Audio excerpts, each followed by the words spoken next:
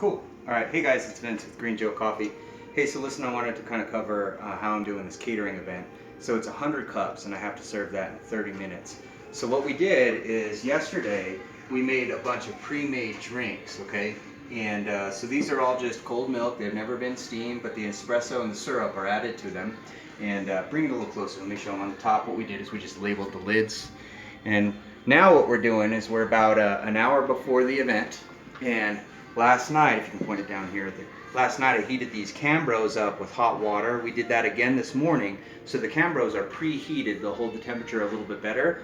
So today all I'm doing is I'm pouring my cold drink into my large steam pitcher, bringing it up to 160, and I got about 2 hours before it drops down to 140. And so I'll get out to this event and have these Cambros full of hot drinks where I can just pour 100 drinks all at once. And so that's how I handle this large catering event. Okay, this is Vince with Green Joe Coffee at greenjoecoffeetruck.com.